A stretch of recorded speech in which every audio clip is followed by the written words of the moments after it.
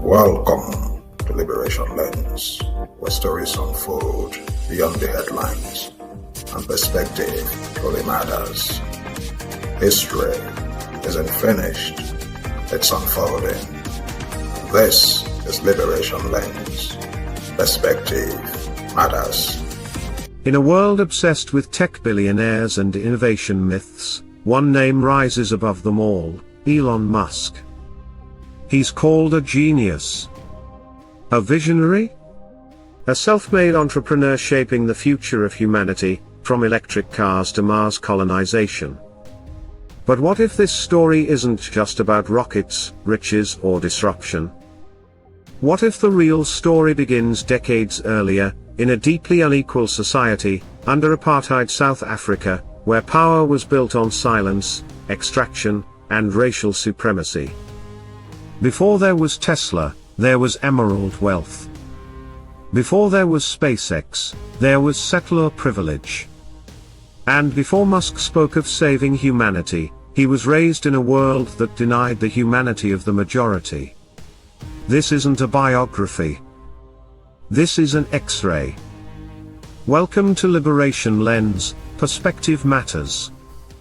Because to understand power today, we must uncover where it was born.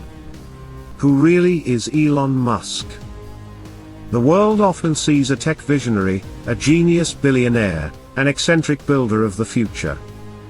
But beneath the mythology lies a foundation shaped by a very different reality, one steeped in racial inequality, settler colonial advantage, and the quiet privileges that empire rarely confesses. To understand Musk's worldview, his politics, and his patterns of bias, we must return to where it all began, that is, in apartheid South Africa. Because the origins of power matter, not just to judge a man's past, but to understand the world he shapes. Elon Musk was born on June 28, 1971, in Pretoria, one of apartheid South Africa's white administrative capitals. He was the eldest of three children belonging to May Musk, née Haldeman, a Canadian-born model and dietitian, who had migrated to South Africa in the 1950s with her family, and Errol Musk, a Caucasian South African of British and Afrikaner ancestry, who worked as an engineer, real estate developer, and at one point claimed to have owned shares in an emerald mine in Zambia. Their family lived a life of relative comfort, traveling internationally, employing domestic staff, and benefiting from the racialized wealth dynamics of the apartheid economy. The source of this information is Business Insider, 2020, Rolling Stone, 2017, Errol Musk Interviews, May Musk Memoir. Elon Musk grew up in a world where Caucasian children like him were groomed for leadership, for wealth, for control. On the other hand, indigenous African children were barred from quality education, health care, and basic rights. Attending elite schools and benefiting from racially segregated infrastructure, Musk experienced a South Africa where power was racialized, and privilege was invisible to those who lived within it. Pretoria Boys High School was historically reserved for Caucasian South African boys and served as a pipeline into elite academic and political institutions. While Musk has claimed to have been bullied and socially isolated, he has never publicly acknowledged the systematic racial violence that enabled his family's comfort.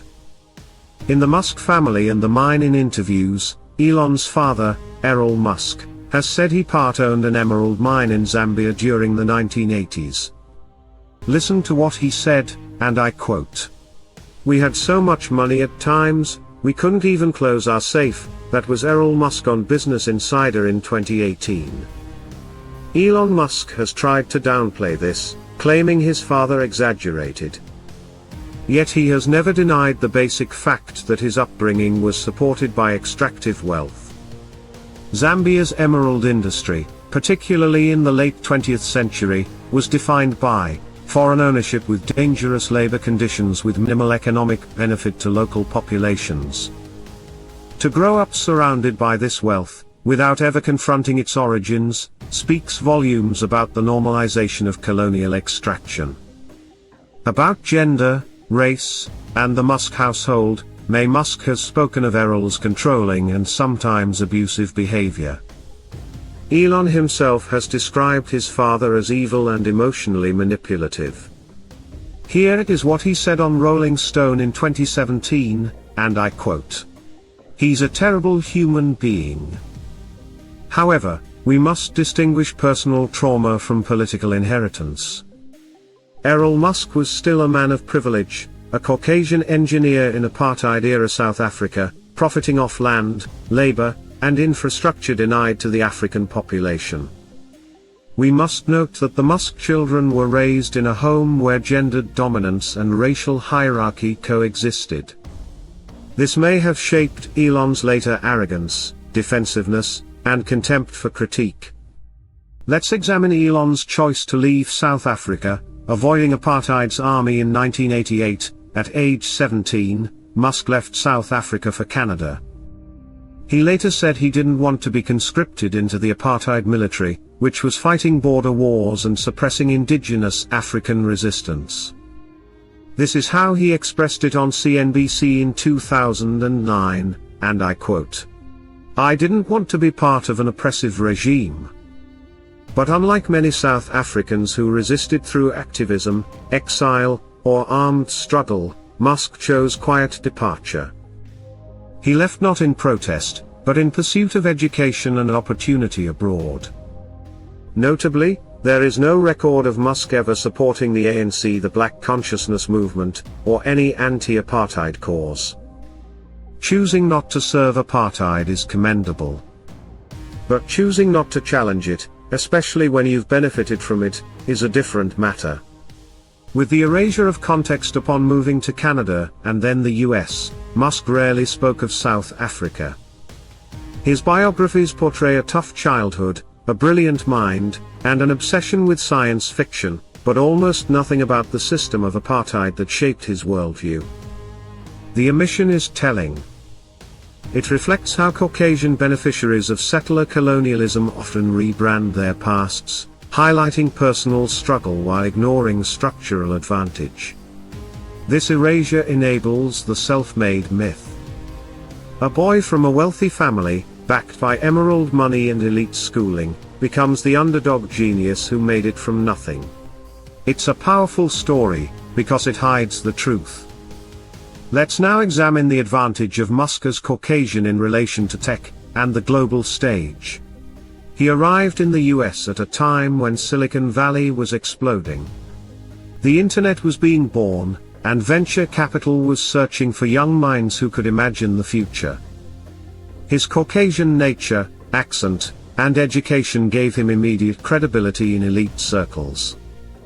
His confidence, bordering on entitlement, resonated with a culture that celebrated disruption over reflection. He was not seen as a product of apartheid. He was seen as a visionary.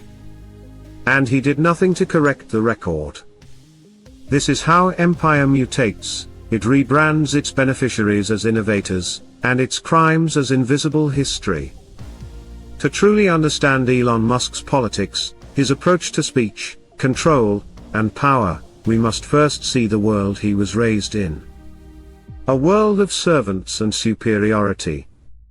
A world where silence is privilege, and discomfort is luxury. A world where empathy is optional, and domination is normalized. The apartheid that shaped Musk did not disappear, it merely evolved. And in Musk's adult life, it re-emerges in his contempt for critics, his disregard for the exploited, and his fixation on conquest, whether on Earth or Mars. This is not a character attack. It's a historical analysis. Because context is not slander, it's accountability. Stay with us for part 2, Elon Musk's rise in tech capitalism and the colonial logic behind the companies that now shape the world. And yes, perspective matters. You have just seen the world through a different lens. Subscribe, comment, share, and help amplify voices that deserve to be heard. Until next time, keep looking deeper. Liberation lens. Perspective matters.